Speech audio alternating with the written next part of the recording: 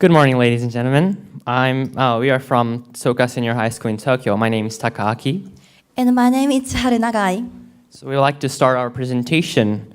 Good morning. Our presentation topic is investigating the wall between Japan and the Treaty of Prohibition of Nuclear Weapons. Here are the overviews. Introduction, learning positions of Japan, interview results, analysis, and conclusion. The theme for today's conference, we focus on challenge of Japanese government. Japan is not part of the treaty, even though it is the only bomb nation, which should have a strong motivation to eliminate nuclear weapons. We wanted to know the reason why Japan doesn't join the treaty, and based on our research, we have concluded that security based on the extended nuclear deterrence is the biggest obstacle. Japan should be responsible for nuclear disarmament. However, at the same time, Japan relies on extended deterrence for its security. Japan is facing a great dilemma between two different attitudes towards nuclear weapons. One is to maintain the security and rely on extended deterrence, and the other is to recognize its responsibility of nuclear disarmament.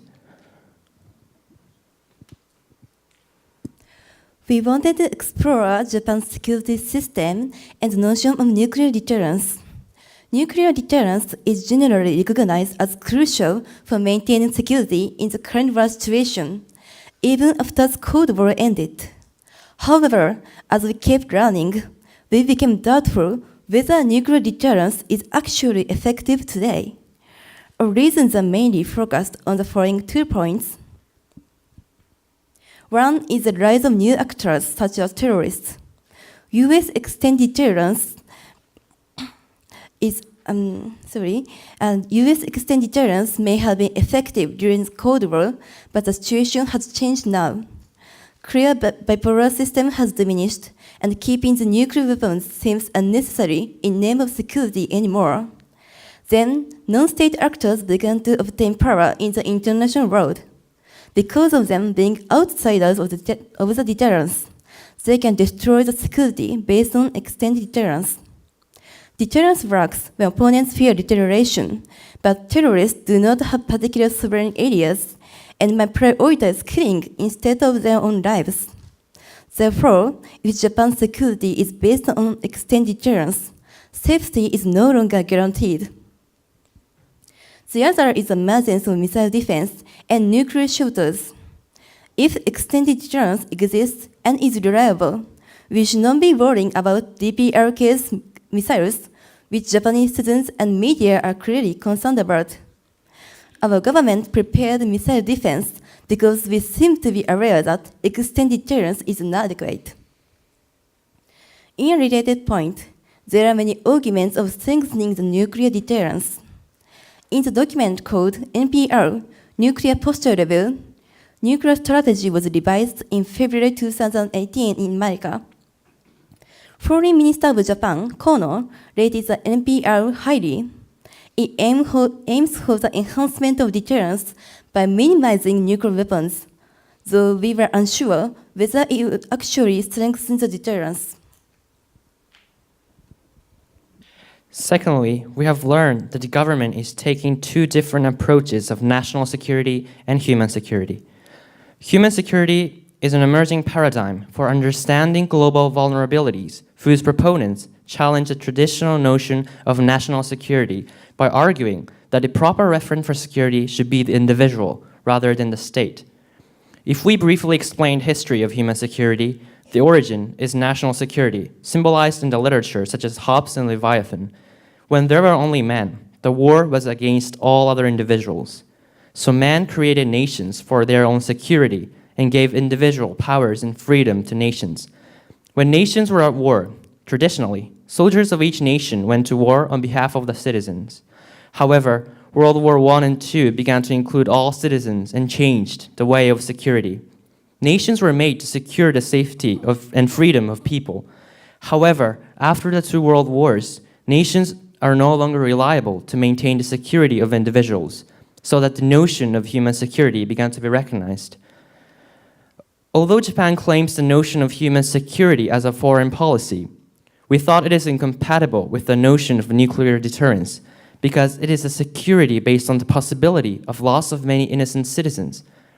Can Japan allow the US to use horrific weapons against other nations? We were confused with Japan's stance having two ways of security.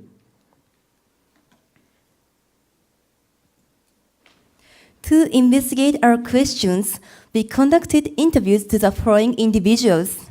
First, Daisaku Hiraki, a member of the House of Council of Japan. Second, Seiji Imanishi, the Chief of Nuclear Disarmament and Non-Proliferation Section of Ministry of Foreign Affairs of Japan. And lastly, Masakatsu Ota, the editor of Kyoto Press, a professional of nuclear weapons and security-related issues.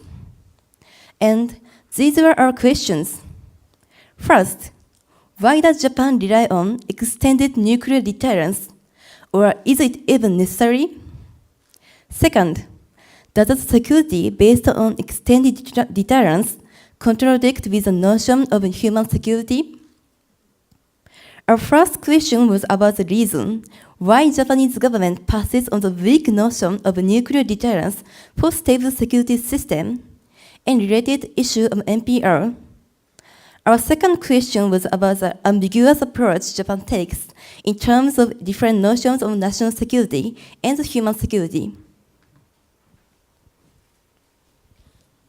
We'll talk about the results and analysis of the first question. To our first question, why did Japan rely on US nuclear deterrence? As a brief answer to this question, it is because nuclear deterrence is necessary.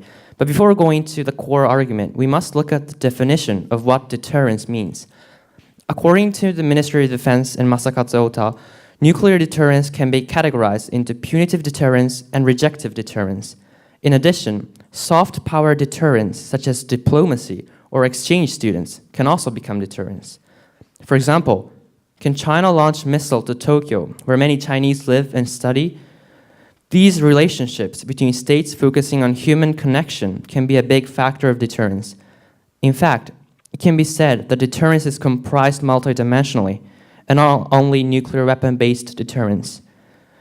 In addition, we have to be careful not to jumble up nuclear deterrence and collective defense. We were regarding nuclear deterrence as a whole component of a security system, but it was our misunderstanding. Extended deterrence is just a part of the security system, and Japan employs general arsenals as base defense as well. We understand that Japan is taking various approaches for security, but the question still remains. What is the significance of extended nuclear-based deterrence?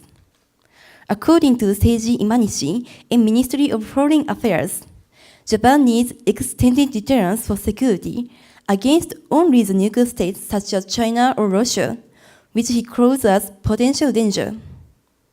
Mr. Imanishi kept telling us Japan does not regard DPRK as a nuclear weapon state. Yet, if Japan does, it means we acknowledge and justify DPRK's obtaining nuclear weapons. However, we can't ignore the fact that there are indelible risks in its deterrence structure.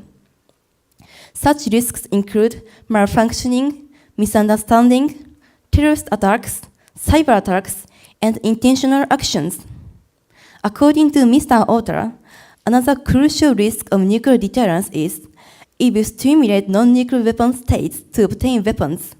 The power balance of nuclear weapons will give the incentive for not-haves to obtain such weapons in order to display equal position with other nuclear haves.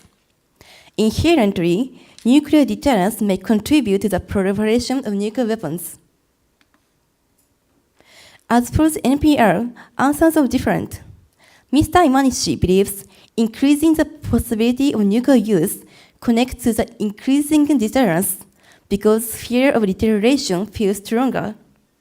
On the other hand, Mr. Ota claims minimizing nuclear weapons will not prevent opponents from using normal nuclear weapons, and it's unnecessary to use catastrophic weapons against small groups of terrorists. To our second question, do the human security and nuclear deterrence contradict each other? The answer differed among interviews. As an official opinion of Seiji Manishi of Ministry of Foreign Affairs, He claims the two notions are not in contradiction because safe extended nuclear deterrence guarantees national security and equals to the safety of its citizens. However, as we kept questioning, he actually admitted that from the standpoint of human security, accepting the existence of nuclear weapons is irrational.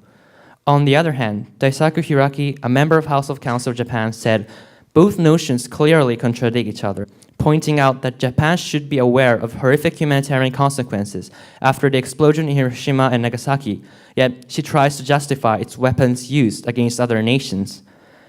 However, even though interviewees presented different stances, they believe Japan should show its stance toward nuclear disarmament somehow in diplomatic policies, because Japan wishes to play a leading role of nuclear abolition in international society. Now, let's move on to our conclusion. Extended nuclear deterrence may be effective to certain nations, but overall, it doesn't contribute to the whole security system around Japan. According to Mr. Imanishi, although Japan wants to encourage nuclear abolition from the humanitarian point of view, maintaining security is the highest priority issue. Also, Japan believes Treaty on the Prohibition of Nuclear Weapons lacks clear verification system. Government's objective is to minimize the role of nuclear weapons by gradual nuclear disarmament while keeping deterrent system. Yet, its step-by-step process is difficult. For example, the US has not ratified the CTBT, and the negotiation for fissile material cut-off treaty is not so much as started. Yet, Japan knows the need of shift to security system without nuclear weapons. However, at this moment, such system does not exist. As a conclusion, Japan believes she must rely on the most realistic way of defense, but realizes its risks and just recognizes the need of shift to a different way of security. We'll talk about our ideas and impressions. As we stated, there are three difficulties against the current security system by nuclear deterrence. Firstly is the risk of collapse by attacks from outsiders of the deterrence, like terrorists, still remains. And secondly, nuclear deterrence can't be perfect because it has indelible risks. Thirdly, Japan includes human security as a foreign policy, and the idea of security maintained by nuclear weapons is incompatible. We understood that Japan is having a dilemma, but as a country taking human security as a policy, and as the only bombed nation, we believe that Japan should not justify the existence of nuclear weapons under the name of security. We have to recognize the potential danger hidden under the protection of the state, the threat on lives of innocent citizens. One of Soka members participating in CIF project had a chance to attend a lecture about the role of human security delivered by UN Secretary General Antonio Guterres in Sofia University. He emphasized the risk of nuclear weapons, how we are standing in the edge of our own annihilation, and underlying threat to human existence. And he said, all of a sudden, it's over. In January, we fortunately had an opportunity to meet with Beatrice Finn, the chief of ICANN. She strongly claims that every one of us has to hold opinions about the society we live in and send our own voices to the politics. Forming strong public opinions, which is abolition of nuclear weapons in this case, can surely make a difference in democratic society. In this moment, when Treaty on the Prohibition of Nuclear Weapons were finally adopted by the efforts of civil society, and the voices and chances for abolishing nuclear weapons are increasing, Japan should reconsider its own position toward nuclear weapons. This is the end of presentation. Thank you for listening.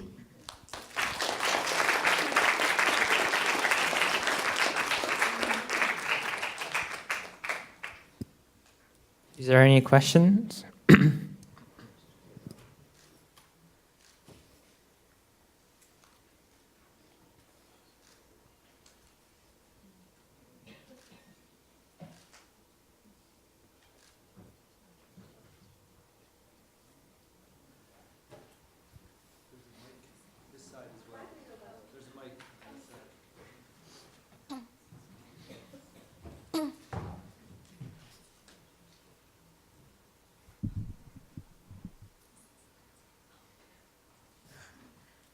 Hello. So I just wanted to congratulate you for such an outstanding presentation. I thought that you tackled a lot of deep-rooted issues within the Japanese society regarding Japanese defense system protected by the U.S. I just wanted to ask you, so what do you think as a practical solution to this conflict between extended defense and human security? Do you think that the best solution is for Japan to get out of the nuclear umbrella, or do you think there's a more practical approach? Thank you for your question. For that answer, we're not sure which was the best solution because we are just mentioning that human security is one of the significant notion that Japan employs as a foreign policy. But of course, as an umbrella state, Japan actually relies on extended nuclear deterrence, which is necessary. So we just started the research and we did not have that's the best solution for this. So maybe because Japan cannot go out of the nuclear deterrence right now. So, yeah, sorry.